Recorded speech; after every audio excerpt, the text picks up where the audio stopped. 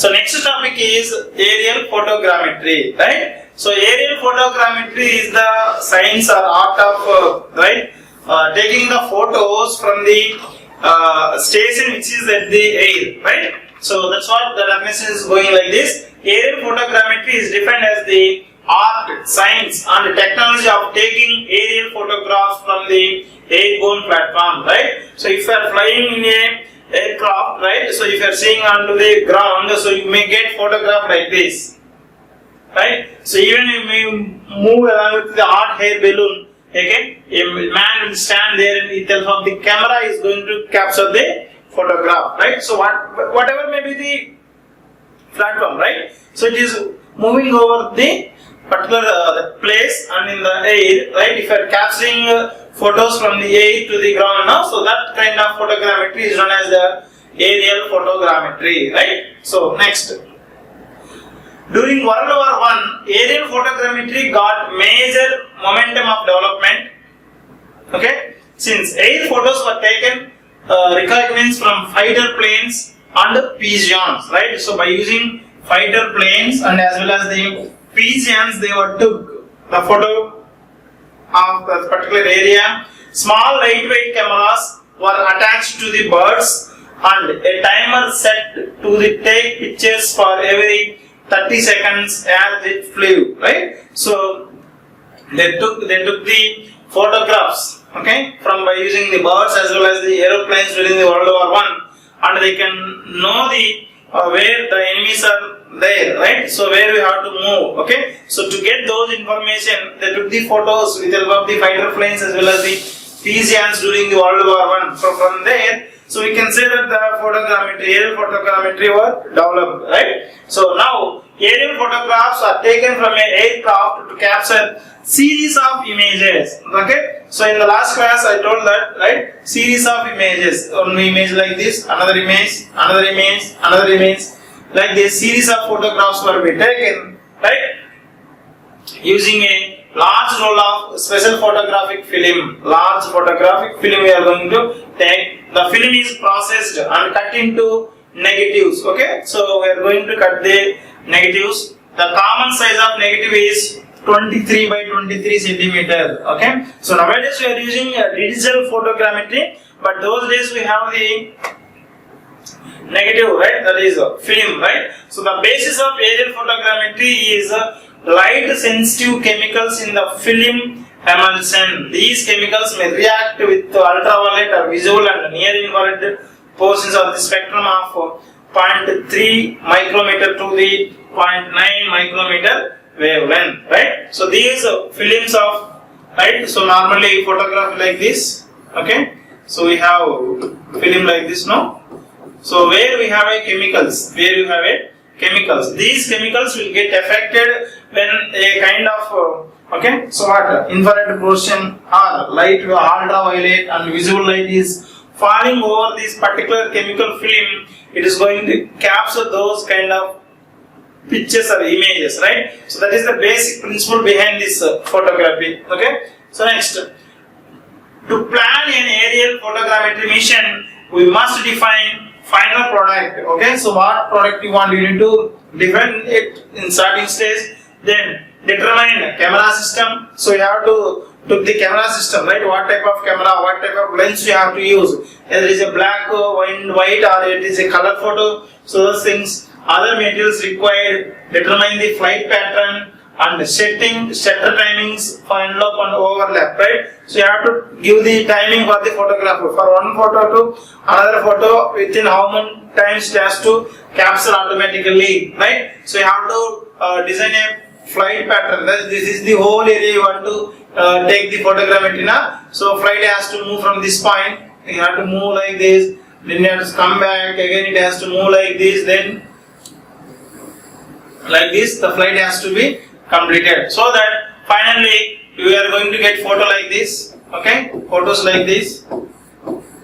Again in the return flight, we are getting photos like this. Like this, the series of photos will be collected, they are going to join together and finally we are going to get a complete map, right? So for that we need to plan like this, okay? Next, see, you can see here, this is the first photo taken, right? So first photo is going to match with the second photo, then second photo is matched with the third one, then fourth one, fifth one, sixth one, then again 7, 8, 9, 10. Okay, you move like this, then it came back like this, right? So see here, first photo taken from this place, second photo taken some here. This is the overlap. Again, this is the overlap. Again, this is the overlap. This is the overlap, and this is the overlap. Okay, so based on this overlap, we can identify which photograph is joined with another photograph, right? So for that, okay, this is the flight. Okay, with the help of flight, we took all the photos. If you are combining,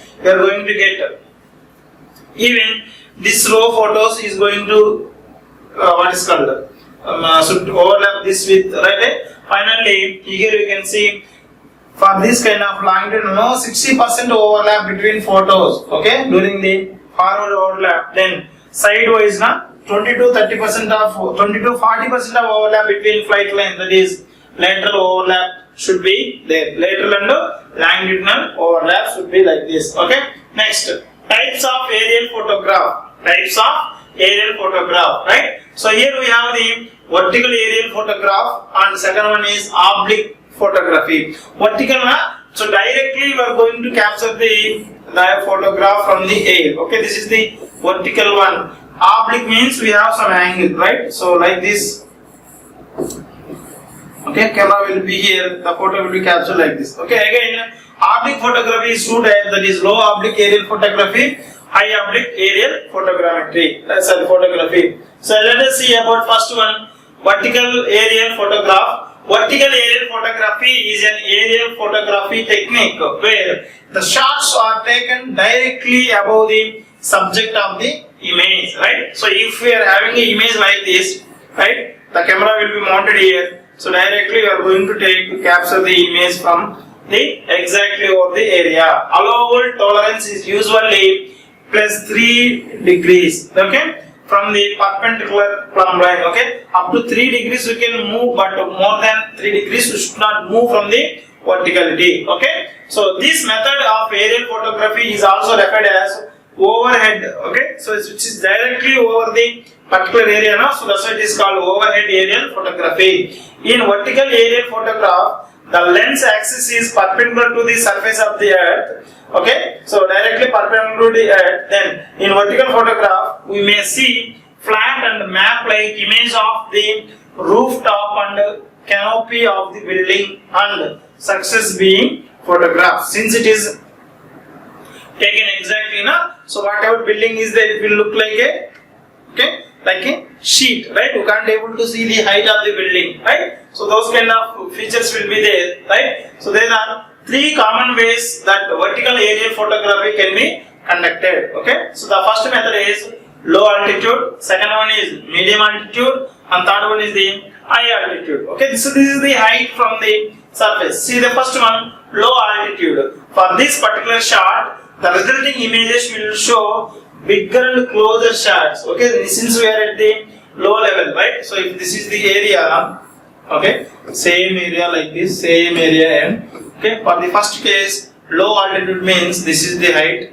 okay, very low height, okay, medium means somewhat height, very high means like this, very high, medium and low, right? So medium altitude. Here, the resulting images of the subject and the surroundings are smaller than that of the produced in a low vertical. Okay, if you are increasing the height, the what is called size of the particular object is going to reduce. If we are near to earth, this will be very big. Same thing will be small. Okay, if you are going to very high, this will be very small. Right? So high altitude, the images of the subject and its surroundings produced a high altitude vertical aerial photography are way smaller than that of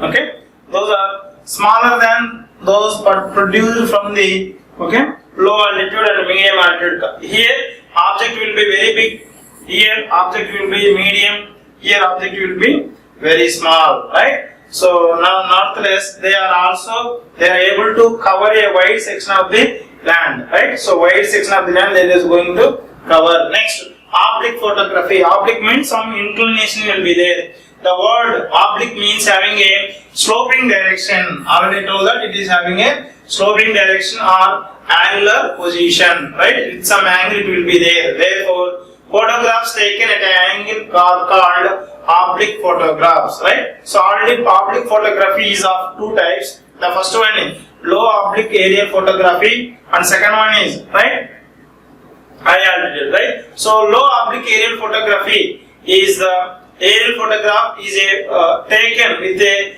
camera inclined at 30 degrees from the vertical. Okay, so if this is the vertical position, okay, from the vertical position it may take some 30 degrees, right? 30 degrees will be there. From this position, if you are taking the photograph, right, so that is called low oblique aerial photography. This type of photograph horizon is not visible. Okay, so what is mean by photograph horizon? All those things we will discuss in the next topic called basic definitions and terms. There we will discuss the ground area is covered to a trapezoid, right? So it is going to be a trapezoid. Although the photo is square or rectangular, no scale is applicable to the entire photograph and distance. Scale means the actual distance is on the ground and to the distance in the photograph. Okay, so that is not applicable here. Then cannot measure, right, the entire slope and the entire photograph and distance cannot be measured. Parallel lines on the ground are not parallel on this photograph. Okay, since it is oblique, no, it is going to be parallel. Therefore,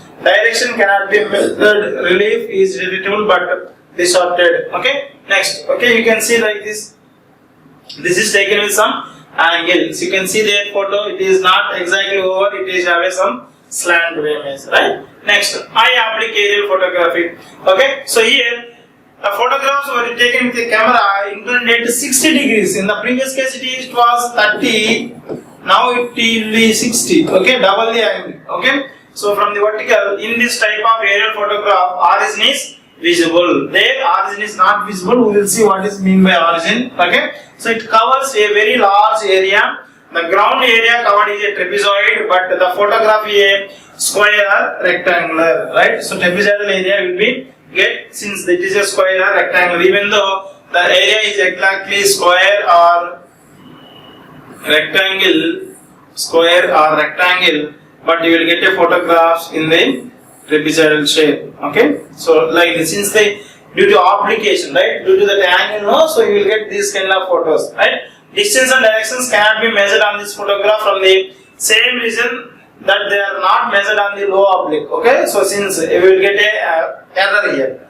Relief may be bit detectable but distorted in many obliques. Okay, next, basics of aerial camera, right? So you can see here, this is the camera where we have a film, right? The reel will be there. It is going to one with alpha motor, it is going to roll, right? So this is the film or focal plane, and this is the camera body completely. Okay, and here we have lenses. If you want extra lens, you can fit into this lens, right? And from here, the whole area, right, whatever reel is there, it is going to capture. It is going to fall over this light on the film, and it is going to capture the thing. Okay, so this is called the center line from joining center of the film to the center of the lens and center of the area. This vertical line is called optical axis. This is called optical axis. Okay, and see here, an aerial camera is a highly specialized camera designed for use in the aircraft and containing a mechanism to export the film in a continuous sequence. If your time set the time, so according to time it is going to roll, okay, at a steady rate. They are referred to as a passive sensors. Passive sensors means whatever light is there, okay, so from the sun, the surface will receive light, so from with that light it is going to take the photos, because they detect and capture the natural light. Okay, natural light is coming from the sun, right? So that's why it is a passive sensors. An aerial camera is a mechanical optical instrument with a automatic and electronic elements It is designed for obtaining aerial photographs from the earth surface, from an aeroplane or other type of aircraft. Aero camera differ from the ordinary camera and has a specific features like fully automatic operation. Okay, in the normal camera you have to give the click, but in the aerial camera automatically if you set the time it will take automatically the photos, and shock absorbing support frame. Okay, it won't shake, right? Then large picture format, rapid frame advance. Okay, so these are the some of the advantages coming down to the normal camera. So apart from these, aero camera is accomplished with photographing from great distance, rapid movement and vibration during the exposure. Okay, so these are the special type of features for this camera, right? So aerial cameras may have one or more lenses for plan views, perspective and panoramic survey. Basic features of aerial cameras are their focal length, right? So we'll see these fundamentals: focal length, negative size,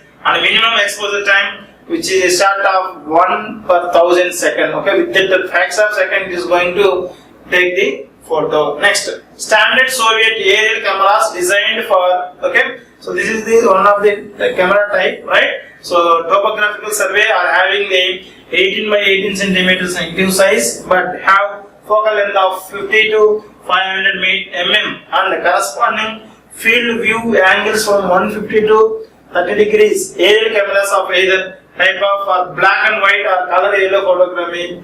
Okay, so that the different variations we have. So aerial cameras with varying focal length beginning from 88 mm are also be used, with the most popular is 23rd by 23 centimeters negative size.